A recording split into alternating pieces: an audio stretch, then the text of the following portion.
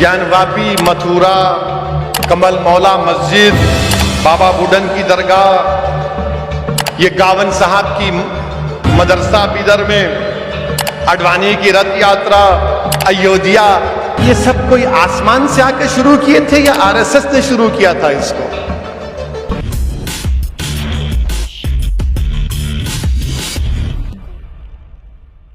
आप देख रहे हैं बेंगलुरु अखबार और मैं हूं आपके साथ अशफाक अहमद सिद्दीकी। कुछ दिन के जो डेवलपमेंट्स हुए हैं, पर्टिकुलरली माइनॉरिटीज को लेकर government of Karnataka, government of India के डिसीजंस को अगर हम देखें तो उसमें कई सारी चीजें, जिसमें सबसे इंपॉर्टेंट जो है, मैसूर से जो बेंगलुरु को आती जाती थी, जो 1980 में स्टार्ट हुई थी टिप्पू एक्सप्रेस, जो बहुत पॉपुलर ट्रेन थी, उसको बदलकर वोडियर एक्सप्रेस रख दिया गया है। ये एक डेवलपमेंट बीजेपी की तरफ से हुआ है। और दूसरा, उसके बाद जो हमने देखा, कल एक डिसीजन आया है हिजाब को लेकर, एक स्प्लिट वर्डिक्ट आया सुप्रीम कोर्ट की तरफ से।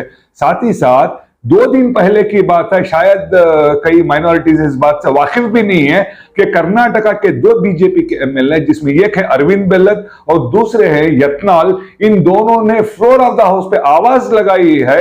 और पर्टिकुलरली अरविंद बेल्लत की बात करें, उन्होंने कर्नाटका के चीफ मिनिस्टर बसवराज बोम्माई को एक लेटर लिखा है। उसमें कहा गया है कि मुसलमानों को कई सारे बेनिफिट्स मिलते हैं, इसलिए जो कर्नाटका के मुसलमानों को एजुकेशन और एम्प्लॉयमेंट में 4% का जो रिजर्वेशन दिया गया है, इसको वापस लिया जाए। वापस लेकर जो लिंगायत कम्युनिटी और ब्राह्मण कम्युनिटी, इनको दे दिया जाए। अफसोस की बात यह है कि इतने सारे डेवलपमेंट होने के बावजूद भी किसी भी माइनॉरिटी के लीडर से कहीं आवाज कोई नहीं उठाया आज तक, भले वो कांग्रेस पार्टी हो, जेडीएस हो, कोई भी पॉलिटिकल पार्टी हो या कोई सामाजिक है, इस बारे में आवाज नहीं उठी है। लेकिन कल हमने देखा कि एमआईएम पार्टी के जो सदर हिंद है बैरिस्टर असदुद्दीन अवैसी ने एक आवाज उठाई है। उन्होंने इन तमाम चीजों के बारे में जिक्र किया। उन्होंने बात की जो हिजाब का जो स्ट्रिक्ट वर्डिक्ट है, इसके बारे में उन्होंने बात की। और उन्होंने हजरत टिप्पू सुल्तान शहीद रहमतुल्लाह अलैह के बारे में भी कहा, जो ट्रेन का नाम बदल कर रख दिया गया था। इसलिए हमने इस बारे में हम बात करने के लिए आज हमारे साथ मौजूद हैं एमआईएम पार्टी के जो जनरल सेक्रेटरी मजहर है, इनसे हम बात करते हैं। मजहर भाई, वेलकम टू बेंगलुरु अखबार अगेन। जिन हालात से मुस्लिम कौम गुजर रही है, कोई पॉलिटिकल नेता इतने बड़े डेवलपमेंट होने के बावजूद भी आवाज नहीं उठा रहा है, क्या रीजन हो सकता है? देखिए साहब, पहले तो आपके नाजरीन को मैं मुबारकबाद देता हूं, बेंगलुरु अखबार वालों को, कि जिस तरह से आप बेधड़क होकर जो आवाज उठा रहे हैं आज ये बहुत ही जरूरी है। ये जो आप सहाफी होकर जो काम कर रहे हैं, जो आज रियलिटी में जो लीडर्स हमारे जो काम करना चाहिए वो हमारे सहाफी कर रहे हैं, हमारे छोटे लीडर्स कर रहे हैं, जो अपकमिंग राइजिंग पॉलिटिशियंस या लीडर्स कहा जाए, जो भी कहा जाए उनको आप, तो ये लोग कर रहे हैं। लेकिन आज ये सारी चीजों का अहम क्या होता है साहब, आपका जब तक आपकी आवाज इन्फ्लुएंस नहीं होती किसी से, तब तक आपकी आवाज में ताकत होती है, जो हमारी लोकल लैंग्वेज में हम कहते हैं दम होना चाहिए बोल के। ये होती है, कब होती है? जब आपकी आवाज में इन्फ्लुएंस ना हो किसी का। वो कब होता है? जब आप करप्ट ना हो, जब आप किसी से ना डरे, आपके अंदर बुराई ना हो। यहां पर क्या है, आज पूरे मुल्क के भारत में आज सिवाय असदुद्दीन ओवैसी साहब के अलावा कोई एक शख्स बताइए, माइनॉरिटी का हो या सो कॉल्ड सेक्युलर पार्टीज का हो, किसी ने माइनॉरिटी या बैकवर्ड के वाले जो भी कुछ भी होता, पहली आवाज किसकी निकलती? वो बैरिस्टर असदुद्दीन ओवैसी साहब की उठती है। क्यों उठ रही है? क्योंकि उनके पास सच्चाई है, उनके पास इल्म है, उनके पास नॉलेज है। हमारे जो सो कॉल्ड कर्नाटक के जो आज हमारे जो सो कॉल्ड लीडर्स हैं, हमारे माइनॉरिटी के लीडर हो या सो कॉल्ड सेक्युलर लीडर्स हो, इनके पास नॉलेज होती ही नहीं है। किसी ने बोला, अब स्प्लिट वर्डिक्ट आया हिजाब के केस में, जिस तरह आपने बताया स्प्लिट वर्डिक्ट आया, एक जज के तहत जस्टिस गुप्ता कहते हैं नहीं बराबर है, और जस्टिस धूलिया माशाल्लाह देखिए कितना बेहतरीन उन्होंने एक वर्डिक्ट दिया अपनी तरफ से। एटलीस्ट ये आज की तारीख में ऐसे लोगों को देखने से एक उम्मीद जो है ना, कॉन्स्टिट्यूशन बचेगा, कॉन्स्टिट्यूशन के ऊपर जो हमारी लड़ाई है वो एक उम्मीद बनी रहती है, समझ रहे हैं? तो ये उम्मीद अगर बरकरार रखना है तो हमें हमारी आवाज को, हक की आवाज को बुलंद करना पड़ेगा। एक हो गया। दूसरी बात, आप जो एक बीजेपी के एमएलए की बात कर रहे थे, अब उसने बोला कि 2%, 4% में 2% माइनॉरिटी का हटा, इसके बाप का राज है। हाँ, जाहिल है, पहली बात तो जाहिल है, 2 कौड़ी का आदमी, अकल नहीं है। पहले देखते हैं, डेटा एनालाइज करते हैं। किसी को रिजर्वेशन देने से पहले गवर्नमेंट 3600 कमिटीज बिठाती है, ऐसे ही उठा के रिजर्वेशन नहीं देती है। आज मुसलमानों की कर्नाटक की पॉपुलेशन कितनी है साहब? 14% है साहब, 14%, and most of them are below poverty level. आज उसके लिए क्या कर रहे हैं? लिटरेसी रेट, माइनॉरिटी का लिटरेसी रेट 68% है, जबकि मेजॉरिटी का रेट 75% हो चुका है। हाँ, लिटरेसी रेट गिर रहा है। आप कह रहे हैं कि माइनॉरिटी को बेनिफिट्स मिल रहे हैं, जबकि माइनॉरिटी के अंदर आज कितने कितने बड़े बड़े घपले हुए। इंशाल्लाह आने वाले दिनों में हम इसके ऊपर काम कर रहे हैं, हम एक्सपोज करेंगे इंशाल्लाह। सर, सबसे बड़ा सवाल यह होता है कि कर्नाटका की गवर्नमेंट में 10 रिप्रेजेंटेटिव्स हैं माइनॉरिटी के, 7 एमएलएस हैं, 3 एमएलसी हैं, और एक राज्यसभा एमपी भी हैं। अच्छा, सही है, हमारे राज्यसभा एमपी भी हैं, नासिर हुसैन साहब हैं। पता नहीं इनको भारत जोड़ो माइनॉरिटी के हैं क्या? हाँ, माइनॉरिटी के। भारत जोड़ो यात्रा में इतनी मसरूफियत आ गई कि आज जो माइनॉरिटीज के जो हालात हो रहे हैं, इनको एड्रेस करने के लिए कोई सिस्टम का, क्या हमारी लीडरशिप फेल होती जा रही है? बड़ी अफसोस की बात है ये, लेकिन रियलिटी है। ये अफसोस की बात है। इसकी जिम्मेदारी कौन लेगा? हमें और आपको इसकी जिम्मेदारी लेना पड़ेगा, क्योंकि हमने उनको चुना ना। हमने किस बेस पे इलेक्शन जितवाया? हमने सिर्फ और सिर्फ मुसलमान के नाम से इन लोगों को इलेक्शन जिताया। हमने उनकी काबिलियत नहीं देखी। उनकी गलती नहीं है, honestly speaking, they are not in fault. They are doing what they are supposed to do it. We as in people, we made a mistake. Unfortunately, I'm sorry to say this word. थोड़ा harsh है. I'm asking sorry for that. But yet, we have chosen wrong people. अब किस तरह की party है? आज देखिए, क्यों साहब आपके राहुल गांधी पूरा चक्कर लगाए हैं, वायनाड से केरला गए, कर्नाटक में हर जगह गए, हर मंदिर गए, मस्जिद भी गए। एक शहीद, एक फ्रीडम फाइटर जिसका नाम कॉन्स्टिट्यूशन में है, उसकी मजार पे नहीं जा सकते थे, जबकि वहां होते हुए क्यों नहीं गए? आपको इस बात पर रोक रहा हूं एक सेकंड के लिए। ये जो इन्होंने पॉइंट कहा कि राहुल गांधी की जो भारत जोड़ो यात्रा श्रीरंगपट्टनम से गुजरी थी, पता नहीं ऐसी क्या मजबूरी थी, क्या कंपल्शंस थे कि वो शहर से गुजरते हुए भी 2-4 किलोमीटर पे हजरत शहीद टीपू सुल्तान रहमतुल्लाह, जिनका नाम कॉन्स्टिट्यूशन की किताब में लिखा गया, वहां पर नहीं गए। इस बारे में जब कुछ रिपोर्टर्स ने मैसूर के एमएलए तनवीर सेठ से पूछा गया, तो यह है उनका जवाब। ये देख लीजिए एक सेकंड के लिए। हमारे पास किसी एक शख्स को है ना मजबूर कर कर कहीं बुलाकर जाना, यह हमारा मकसद नहीं है। मैसूर जब आए तो उनको है ना चामुंडी पहाड़ में भी गए, यहाँ पे सेंट फिलोमिना चर्च को भी आए, मस्जिद आजम को भी आए। शहीद के नाम से मौजूदा बीजेपी को जिस तरीके से एलर्जी है, उसे छेड़ना मुझे भी पसंद नहीं था। तो तनवीर सेठ ने कहा है कि किसी को मजबूरन लेके नहीं जा सकते। आपको लगता है राहुल गांधी को मजबूरी है हजरत टीपू सुल्तान की दरगाह? वही तो बोल रहा हूं मैं, क्योंकि he was not interested. Very simple, क्योंकि मुसलमानों को, माइनॉरिटियों को, दलितों को, ये जो भी पिछली सरकार हो या कांग्रेस हो या आज की सरकार बीजेपी हो, इन्होंने सिर्फ इस्तेमाल किया है।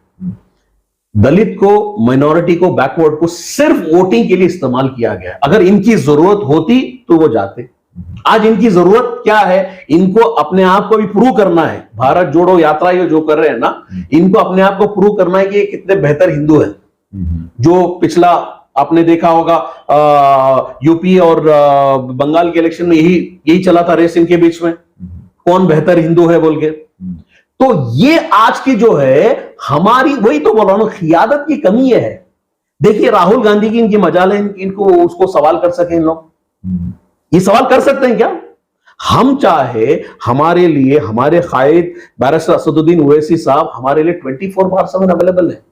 आपको भी इल्जाम यह लगता है सर कि जैसा बीजेपी आरएसएस को कहते हो कि पोलराइजेशन की राजनीति करते हैं, तो असदुद्दीन ओवैसी पर भी इल्जाम है कि वो मुस्लिम पोलराइजेशन की राजनीति कर रहे हैं, इसीलिए जहां जहां इलेक्शन होता है जा रहे हैं, तोड़ रहे हैं, इसीलिए बीजेपी आगे बढ़ रही है। अच्छा, ये अपना फायदा बना रहे हैं। अच्छा साहब, ठीक।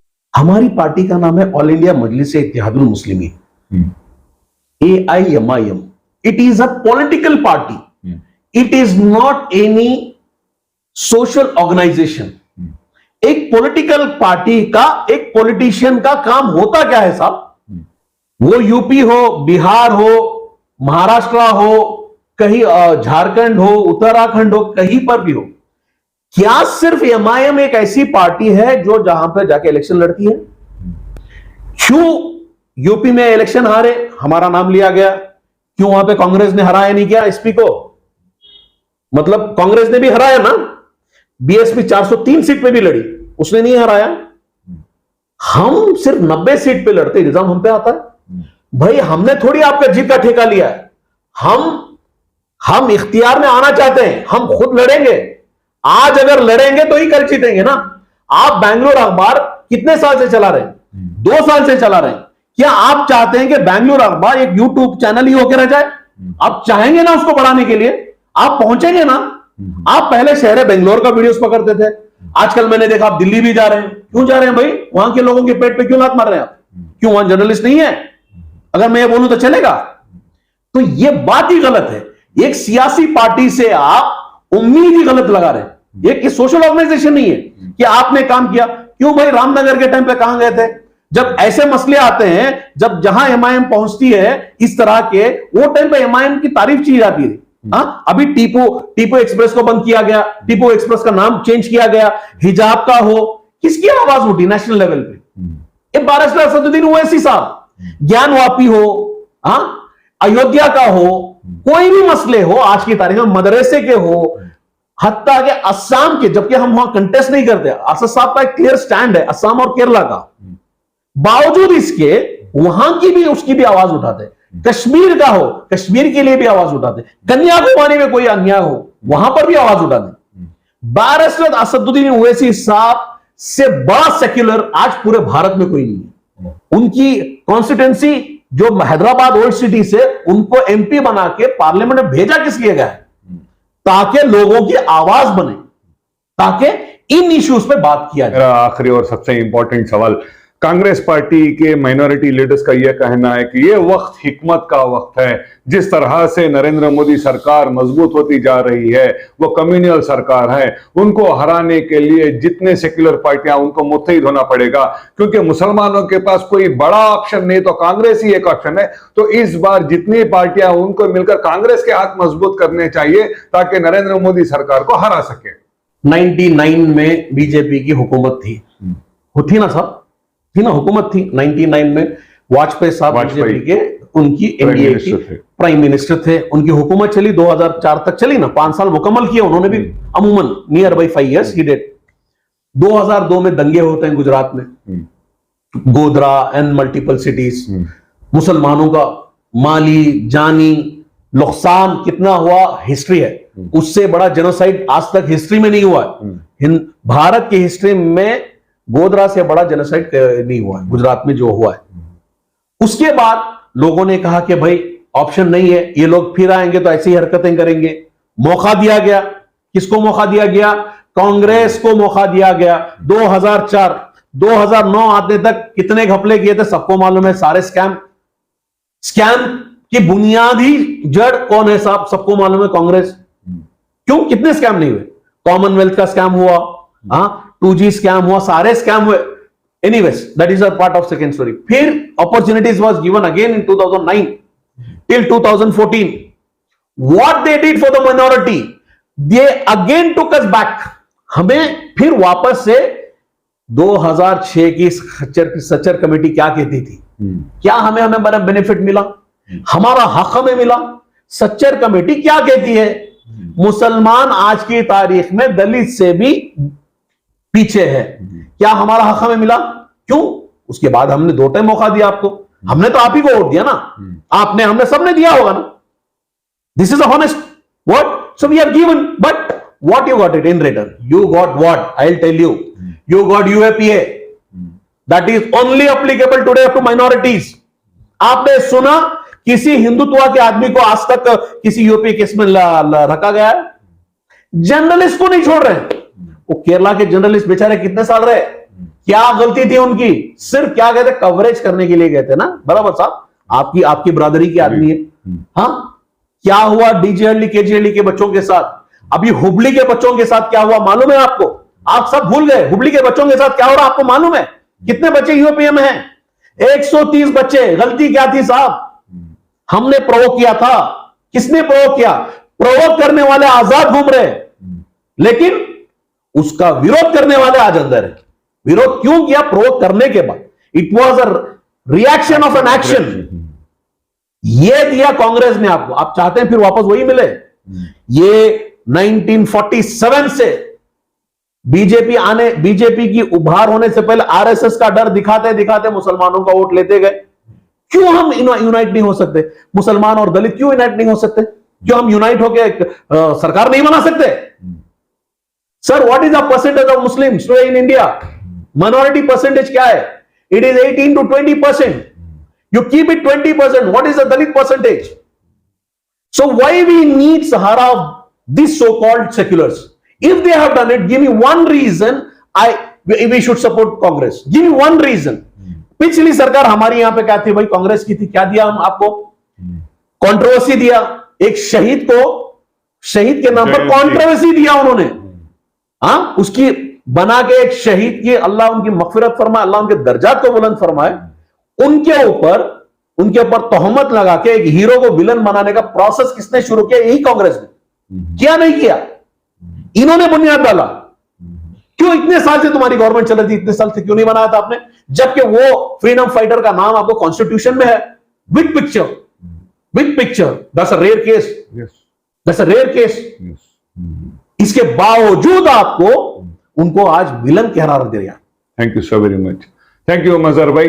दो चीजें सबसे इंपॉर्टेंट हैं कि सबसे पहली चीज इंपॉर्टेंट है, इतने सारे कर्नाटका में डेवलपमेंट्स हो रहे हैं। हमारी जो सबसे बुनियाद है, जो 4% की रिजर्वेशन बड़ी जद्दोजहद के बाद मुसलमानों को मिली, माइनॉरिटीज को मिली, जिसमें मुसलमान, क्रिश्चियन और बौद्ध, जैन, ये सारे 5 ये लोग आते हैं।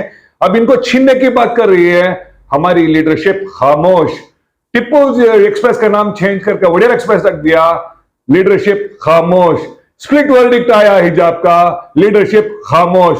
अब आगे देखते हैं इसके बारे में क्या होता है। लेकिन एक बात को नकारा नहीं जा सकता, बैरिस्टर असदुद्दीन ओवैसी, जिनको सारे भारत में जितने दूसरे पार्टियां हैं वो बीजेपी की बी टीम कहते हैं, कल परसों से हम देख रहे कि लगातार इन सारे इश्यूज पे वो बात कर रहे हैं। बकिया खबरों के लिए जुड़े हुए बेंगलुरु अखबार के साथ मैं हूं आपके साथ अशफाक अहमद सिद्दीकी।